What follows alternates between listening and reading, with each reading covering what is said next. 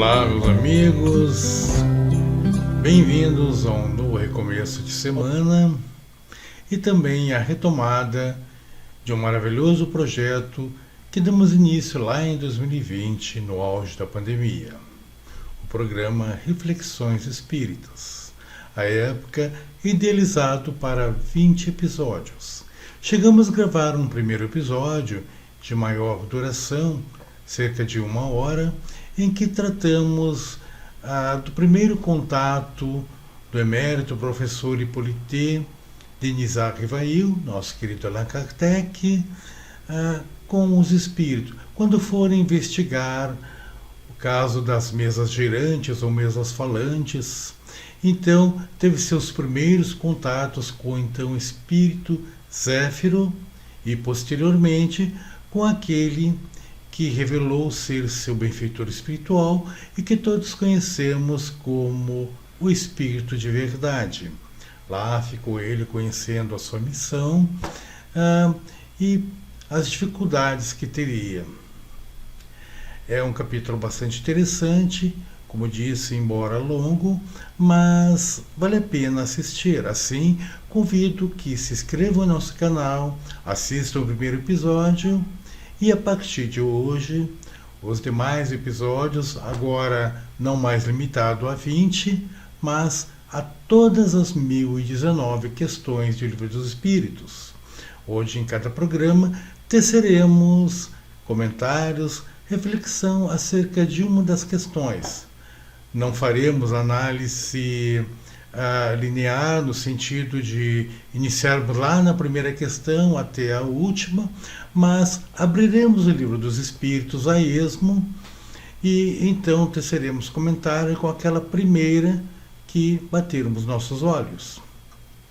Para o programa de hoje, nesta retomada, ao abrirmos o Livro dos Espíritos, nos deparamos com a questão número 258, que está lá no capítulo 6, em que trata da vida dos espíritos, a escolha das provas.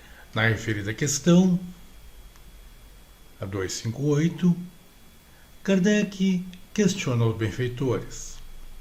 Quando na erraticidade, antes de começar a nova existência corporal, tem o espírito consciência e previsão do que lhe sucederá no curso da vida terrena?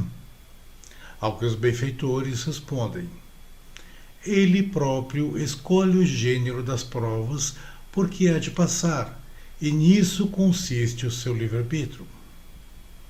Kardec, então, como sabemos, tinha o costume de lapidar muito bem suas questões e de estendê-las para um maior entendimento, um melhor entendimento de todos nós. E então ele faz um novo questionamento na sequência daquele primeiro, a questão 258A, onde ele pergunta aos benfeitores: não é Deus, então, que lhes impõe as tribulações da vida como castigo? Fazendo alusão àquela antiga e arraigada crença que carregamos do castigo divino, da condenação, de que se erramos, Deus nos castiga, de que Deus está lá como censor, como observador, e cada vez que cometemos um erro, Ele nos pune, nos punirá, nos condenará. Em verdade, Deus, soberanamente bom e justo, vai nos oferir infinitas possibilidades e oportunidades de recomeçar.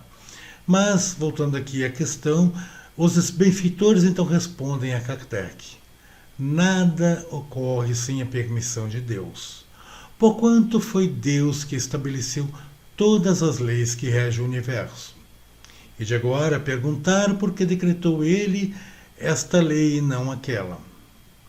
Dando ao espírito a liberdade de escolher, Deus lhe deixa a inteira responsabilidade de seus atos e das consequências que estes tiverem.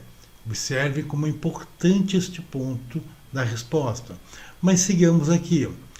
Continuam os benfeitores: nada lhe estorva o futuro. Abertos se lhe acham assim o caminho do bem como do mal. Se vier a sucumbir, dizem eles, restar-lhe-á a consolação de que nem tudo se lhe acabou, e que a bondade divina lhe concede a liberdade de recomeçar o que foi mal feito. Continuam. Ademais, cumprem se distinguem o que é obra da vontade de Deus do que o é da do homem. Se um perigo vos ameaça, não foste vós quem o criou, e sim Deus. Olha a importância disso. E finalizam. Vosso, porém, foi o desejo de a ele vos expurge, por haveres visto nisso um meio de progredirdes. E Deus o permitiu. Então vejam, meus irmãos, a profundidade, a extensão desta resposta, que dá ensejo a muitas e muitos outros questionamentos e também considerações. Mas vamos tentar limitar aqui a nossa consideração, a nossa reflexão a cerca de 15 ou 20 minutos. E vamos começar pelo seguinte. Sabemos nós, da doutrina espírita, que lá no Entre Vidas, quando preparamos-nos para uma nova existência, traçamos aquilo que chamamos de projeto reencarnatório. É óbvio que não elaboramos este projeto sozinhos. Temos ali, naquele instante, o auxílio de nossos benfeitores espirituais.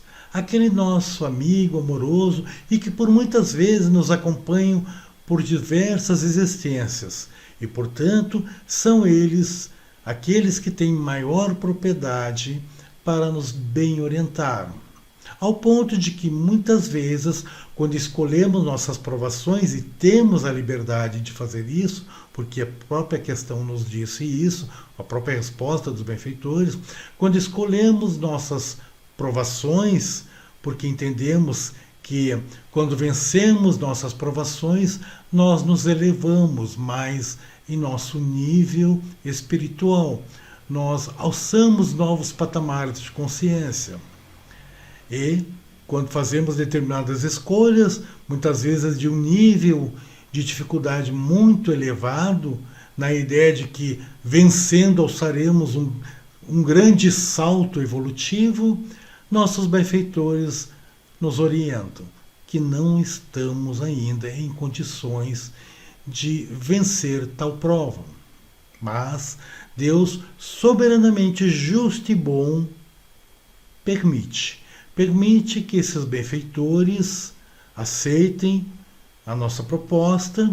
E claro, como dissemos, Deus soberanamente justo e bom é tão bondoso para conosco que permite que nossos benfeitores estejam conosco a todo instante, nos orientando.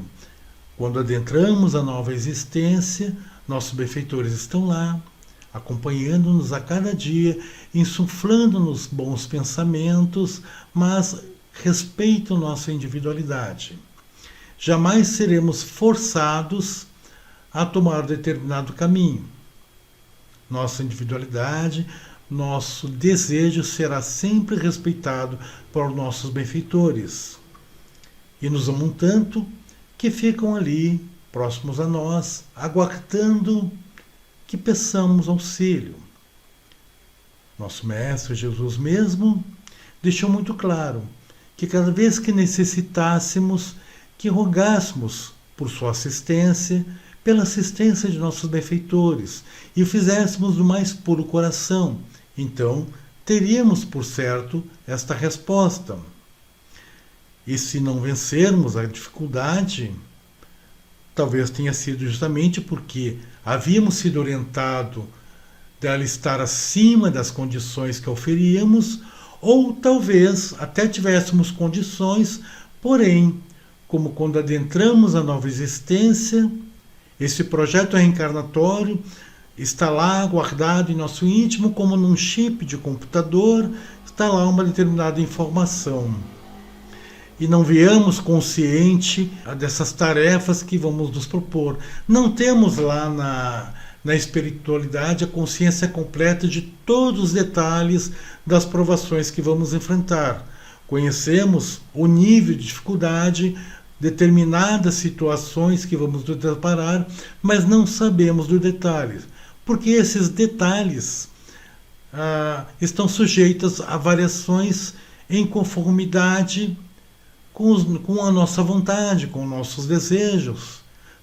Temos a liberdade de escolher o bem e o mal, como a própria questão, a resposta da questão colocada pelos benfeitores dizem, né? Estamos abertos ao caminho do bem como ao caminho do mal. E se viermos a sucumbir, restar-nos a consolação de que poderemos recomeçar, talvez na própria existência, ou talvez tenhamos, em função da gravidade do ato, tenhamos que esperar uma nova oportunidade para podermos nos defrontar, então, com outra provação que vai nos exigir um pouco mais de esforço, porque não nos dedicamos o suficiente, conforme havíamos prometido, porque, como havia comentado, naquele projeto reencarnatório, quando alertado por nosso benfeitor, poderíamos ter dito, não, mas eu vou conseguir, pode acreditar, eu vou vencer essa dificuldade, eu vou colocar todo o meu esforço e vou vencer a dificuldade. Mas não temos a consciência naquele instante dos detalhes da vida que estaremos vivendo, da nova vida que estaremos vivendo aqui em Terra, nesse plano encarnatório que estamos, este mundo físico. Poderemos estar num meio social que nos chame a atenção de tal forma que pouco conseguimos parar. Em verdade, claro, poderíamos alocar o espaço. Somos nós que fazemos o nosso tempo. Somos nós que fazemos as escolhas de como vamos aproveitar o nosso tempo. Então, muitas vezes podemos alegar de que não tenho tempo para fazer uma meditação diária, uma reflexão, para fazer um momento de preces. Não tenho tempo porque o trabalho me exige muito de meu dia. E ao final do dia estou cansado e apenas quero descansar. É uma desculpa que a maioria de nós costuma dar. Mas vamos nos focar aqui à resposta. E é importante justamente aqui entendermos um outro ponto, né? Que essa questão de que quando nos deparamos com o mal, né? Ele, até retomando aqui a questão, ele diz assim, ademais, cumpre se distingue o que é obra da vontade de Deus do que o é da do homem. Se um perigo vos ameaça, não foste vós quem o criou, e sim Deus. Para que entendamos isso, as situações que vamos nos deparar necessariamente não são criadas por nós. Quer dizer, como a resposta diz, este perigo foi criado por Deus, em verdade, para montar aquele panorama de situações em que vamos estar submetidos à provação que escolhemos.